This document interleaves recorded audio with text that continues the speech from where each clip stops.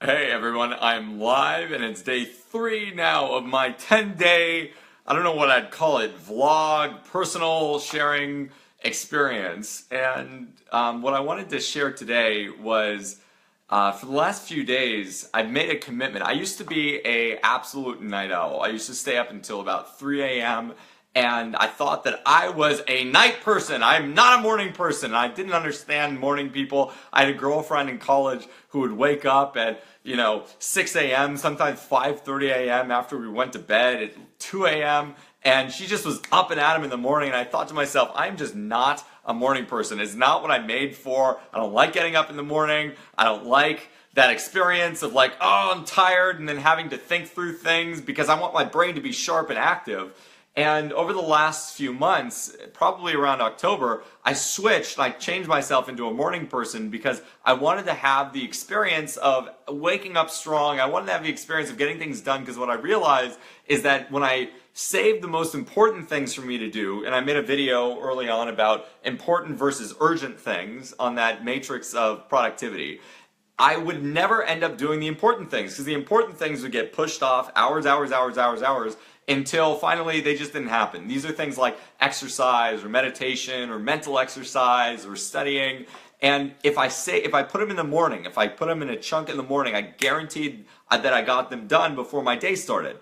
So I became a morning person, and it started off in this amazing moment of grace, actually, as most things usually do, where I committed to myself, absolutely, I'm going to become a morning person, and I'm going to do it, and I'm absolutely committing this Monday, I'm going to wake up before 7 a.m., I'm going to have my feet on the ground, and I'm going to have the greatest day ever as a morning person for the first time in my life. And what happened? That night, I went to bed at about 3 a.m. as a night person that I was, and I was having so much fun, I didn't want to rip myself away, and I ended up waking up in the morning, and what do you think happened? Oh my God, I didn't want to get out of bed. I was thinking to myself, no, not today. I'll become a morning person tomorrow. I only had 3 hours of sleep. This makes no sense. My alarm's going off. I felt that throbbing feeling and that feeling like, oh, you know what? I didn't actually mean that thing that I claimed for myself. And so I went back to bed. And when I went back to bed, I had this dream that lasted an absolute eternity. And in the dream, I have no idea what happened, but I ended up waking up and I thought to myself right after the dream, well, if it's still before 7 a.m., and there's no way that it's still before 7 a.m., then, I'm going to stick with this. I'm going to break the cycle. I'm going to get up and I'm going to put my feet on the ground.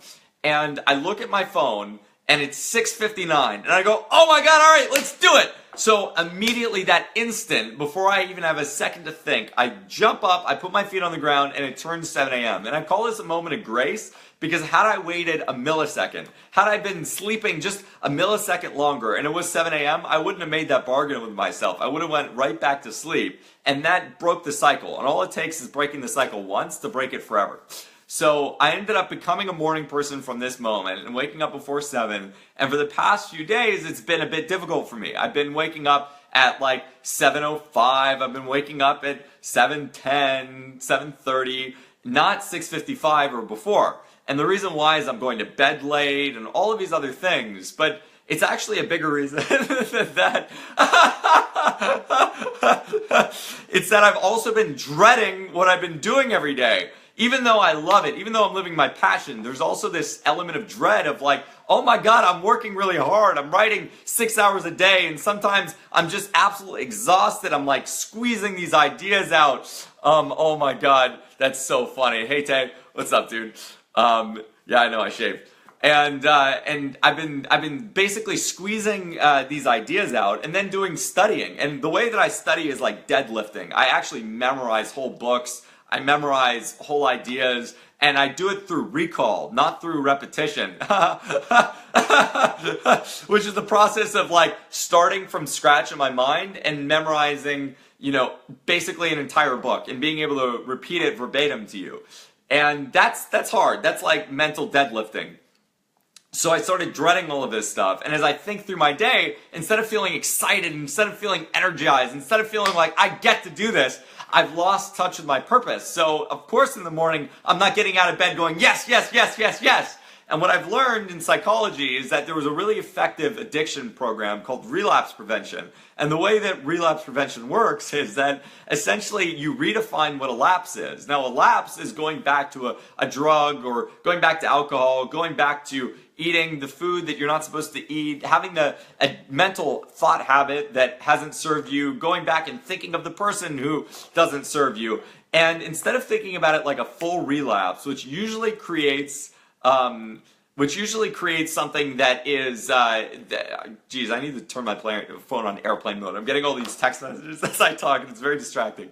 Which usually creates a full relapse, because I go, well, you know what? I've already fallen off the wagon, so I might as well stay off. Okay, I've already, started breaking my 6:50 or before 7 a.m. habit, so I might as well just keep breaking it, because you know what? Like, I'm a loser anyways. Forget it. Instead of doing that, we just think about it as a lapse. Like, oh, I just had a lapse, and I just, ate McDonald's, and that wasn't something that I told myself I was going to do. I've been sober for 100 days, and I just had, 1 day of non-sobriety, and I get right back on it. I just start counting the days again. I get right back on my mission. I get right back on what I'm doing. And, I thought to myself of two things today. The first was, yeah, dude. Tay, I love that people are commenting. Tay, I love that you're commenting right now. It's amazing. One day I'm so excited to get to the point where people are actually commenting and I can respond back in real time. And I thought to myself today that, this is a quote that I love. Whenever I wish for a life without difficulties, I think to myself that oaks grow strong under contrary winds and diamonds are made under pressure. And there's a great Shakespeare poem that I love. When in disgrace and fortune in men's eyes, I alone bemoan my outcast state and trouble deaf heaven with my bootless cries, and look upon myself and curse my fate, wishing me one more rich in hope, featured like him, with friends possessed, desiring this man's art and that man's scope, with what I most enjoyed contented least, and with myself almost despising, haply I think on thee, and then my state, like to the lark, at break of day, sings hymns at heaven's gate. For thy sweet love, such wealth remembered brings, that then I scorn to change my state with kings. For thy sweet love remembered, such wealth brings, that then I scorn to change my state with kings. And that line, for thy sweet love remembered, such wealth brings, that it's so easy for me, it's so easy for everyone that I meet to lose touch with the things that we really love. I mean, this doesn't have to be following your passion or your purpose in life. It could be being in a relationship with someone who you love, and easy for those things to break because we're not tending to them, because we're not nurturing them. And I think that that's the challenge. The challenge is to remember the sweet love. It's even to trouble deaf heaven with your bootless cries, because it's the act of being in that stride that creates so much magnificent progress.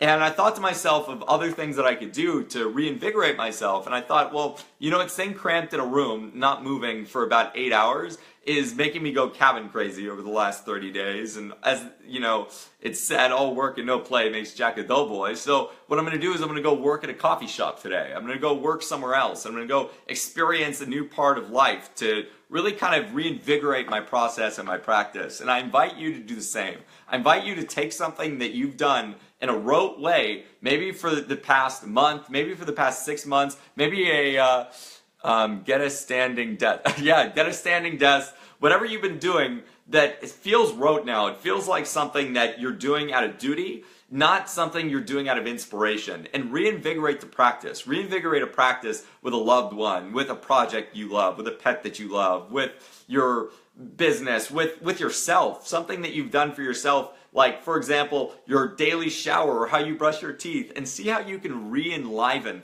that practice to bring the juice back, because that's where all the power in life lives. That's where all the liveness lives, is reinvigorating our practices, because it's the practice that leads to the results that we want, through integrity, not through focusing on outcomes. And unless I can reinvigorate and motivate and inspire myself to take the action, then the results are just completely out of reach and impossible. So the challenge is thinking through ways to inspire myself for action. So if you want something to do, here's what you can do. Take those things that have become boring to you. Take those things that have become rote, the things that you've actually loved, the people you've actually loved, the processes, the practices that you've loved, and write them down on a sheet of paper. Now, on the right side of the sheet of paper, write ways that you can reinvigorate it. Write ways that you can add novelty. You could add a little bit of spiciness, a little bit of uncertainty, to lose control in it a bit, to bring back the energy,